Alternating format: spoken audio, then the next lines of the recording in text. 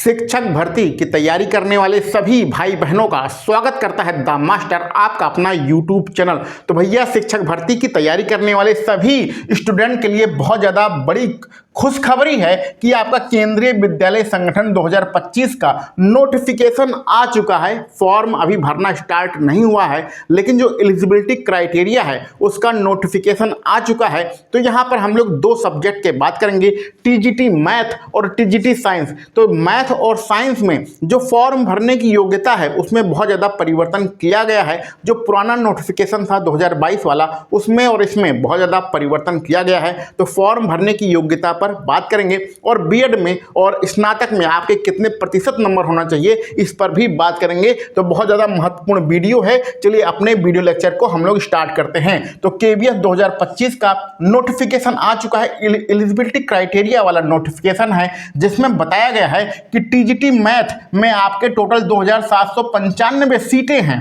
और TGT science में 1859 सीटें हैं। तो इतनी सीटों पर आपको फाइट करनी है। इनमें से मात्र एक सीट आपको लेकर चलना है। तो पहले एज पर बात कर लेते हैं, एज रिलैक्सेशन में बात कर लेते हैं। बहुत सारे लोग इसमें कंफ्यूज रहते हैं। तो भैया, फॉर्म भरने की जो अधिकतम उम्र है वह 35 साल है।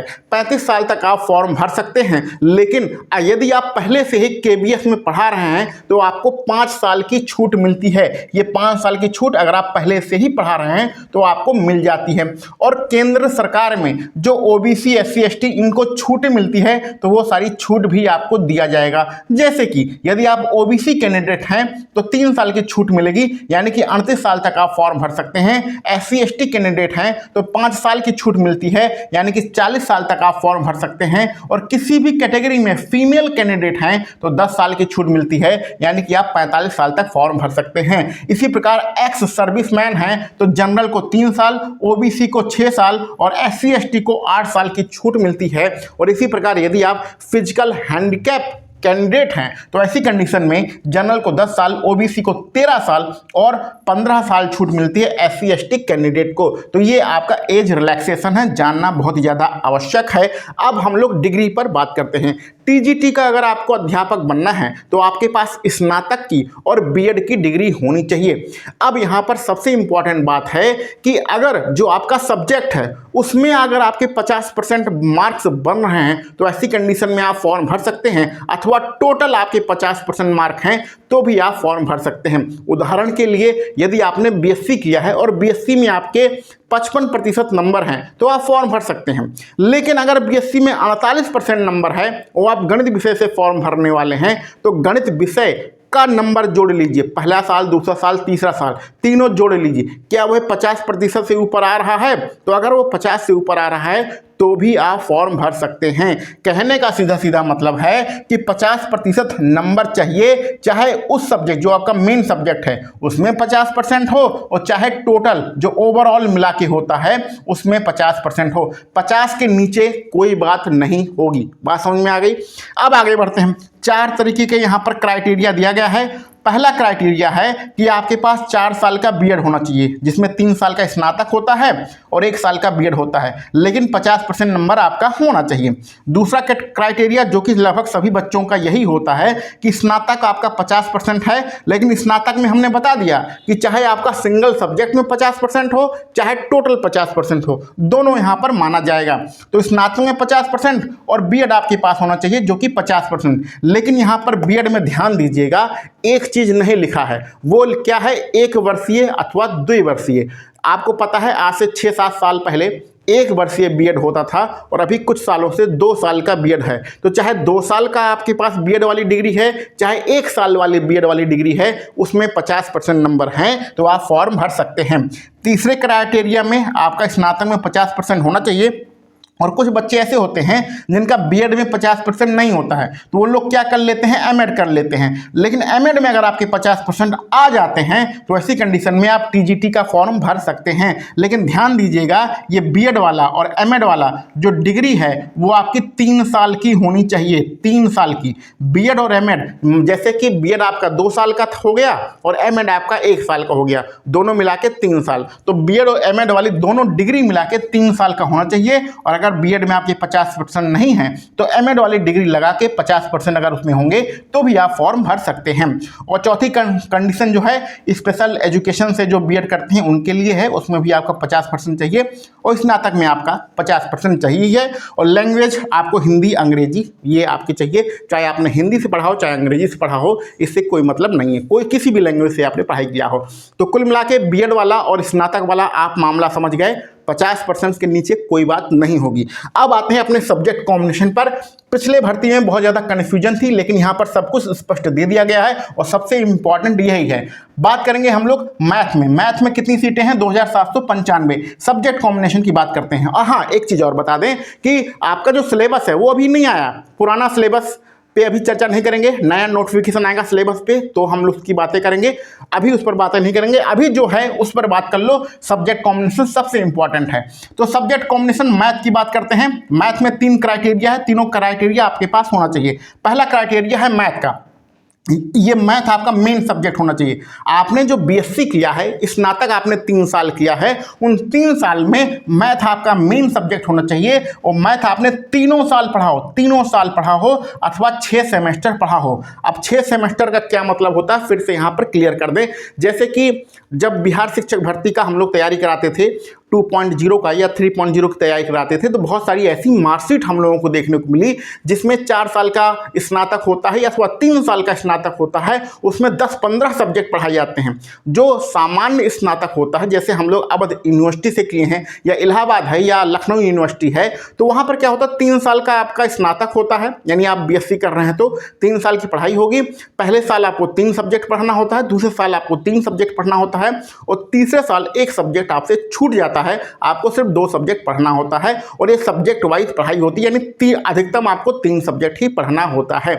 लेकिन बहुत सारी मार्कशीट हमने ऐसी देखी कि उसमें सेमेस्टर वाइज पढ़ाई होती है और स्टूडेंट 10-10, 15-15 सब्जेक्ट पढ़ते हैं। तो उस कन्फ्यूजन को दूर करने के लिए ऑब्लिक में यहाँ सेमेस्टर भी लिख दिया गया है। अगर आपने 6 सेमेस्टर पढ़ाई किया है या कुछ लोग 8 सेमेस्टर पढ़ाई करते हैं, तो ऐसी कंडीशन में 6-8 से कोई मतलब नहीं, मिनिमम आपके पास 6 सेमेस्टर में अगर आपने मैथ पढ़ा है तो आपका काम बन जाएगा। मैथ गणित आपका मेन सब्जेक्ट होना चाहिए, जो कि 3 साल आपका होना चाहिए अथवा 6 सेमेस्टर, ये मिनिमम है।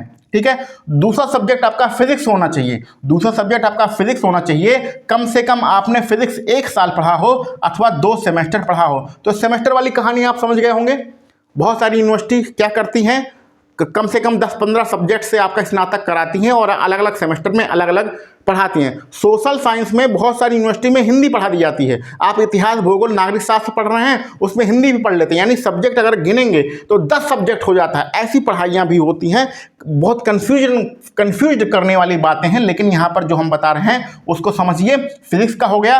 और तीसरा सब्जेक्ट आपका या तो केमिस्ट्री होना चाहिए या इलेक्ट्रॉनिक्स होना चाहिए या कंप्यूटर साइंस होना चाहिए। केमिस्ट्री, इलेक्ट्रॉनिक्स अथवा कंप्यूटर साइंस होना चाहिए। इसको आपने 1 साल पढ़ा हो अथवा 2 साल पढ़ा हो, 2 सेमेस्टर आपने पढ़ा हो, तो भी आपका काम बन जाएगा। यानी क्लियर कट में बात समझिए कि अगर आपको टीजीटी गणित का अध्यापक बनना है तो गणित आपने 3 साल पढ़ा हो, फिजिक्स कम से कम 1 साल पढ़ा हो, केमिस्ट्री और तीसरे सब्जेक्ट में केमिस्ट्री, इलेक्ट्रॉनिक्स अथवा कंप्यूटर साइंस आपने 1 साल पढ़ा हो, तभी आप गणित के अध्यापक बन पाएंगे, तभी आप फॉर्म भर पाएंगे। और अगर आप फॉर्म भर देंगे, पास भी हो जाएंगे, इसमें से अगर कुछ उल्टा सीधा रहेगा, फॉर्म भर देंगे, पास भी हो जाएंगे, तो जो डॉक्यूमेंट वेरिफिकेशन होगा वहां से आपको बाहर कर दिया जाएगा।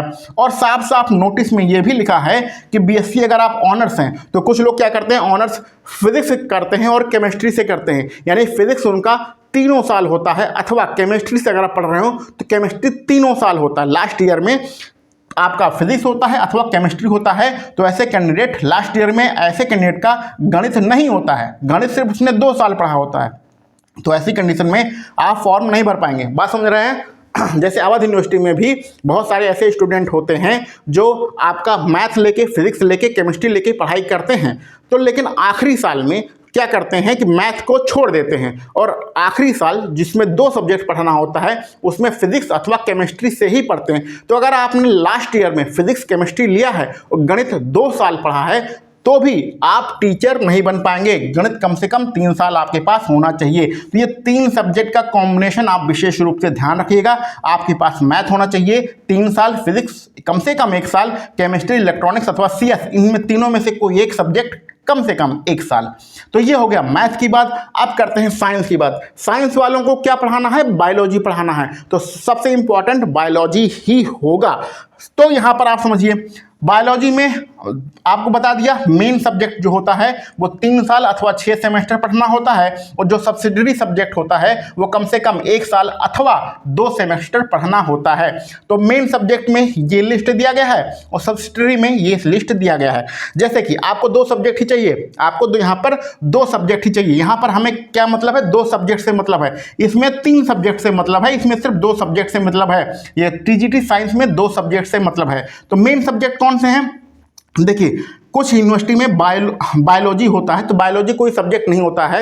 BSc हम लोग जियोलॉजी अथवा बॉटनी के हिसाब से पढ़ते हैं। बायोलॉजी एक स्ट्रीम होती है, ठीक है। लेकिन कहीं कहीं बायोलॉजी भी एक आपका सब्जेक्ट होता है और लाइफ साइंस भी आपका एक सब्जेक्ट होता है। तो लाइफ साइंस अगर आपने 3 साल पढ़ा है तो कम से कम 1 साल आपने केमिस्ट्री, बॉटनी अथवा जियोलॉजी पढ़ा होना चाहिए। तो कुल मिला के कुछ यूनिवर्सिटी में बायोलॉजी 3 साल बायोलॉजी एज ए सब्जेक्ट भी पढ़ाया जाता है। तो बायोलॉजी एज ए सब्जेक्ट आपने 3 साल पढ़ा हो अथवा लाइफ साइंस आपने 3 साल पढ़ा हो तो कम से कम 1 साल केमिस्ट्री, बॉटनी और जियोलॉजी आपने पढ़ाई की हो, अथवा ये तीनों में से कोई एक चाहिए, ठीक है। अथवा बॉटनी अगर आपने 3 साल तक पढ़ा है तो केमिस्ट्री, जियोलॉजी 1 साल आपने पढ़ा होना चाहिए, अथवा जियोलॉजी आपने 3 साल पढ़ा है तो केमिस्ट्री, बॉटनी आपने कम से कम 1 साल पढ़ाना होना चाहिए। तो बात समझ में गए? TGT साइंस में आपको 2 सब्जेक्ट से मतलब है। एक सब्जेक्ट 3 साल पढ़ा होना चाहिए और दूसरा सब्जेक्ट कम से कम 1 साल पढ़ा होना चाहिए। 1 साल अथवा 2 सेमेस्टर, 3 साल अथवा 6 सेमेस्टर। तो ये आपके मेन है।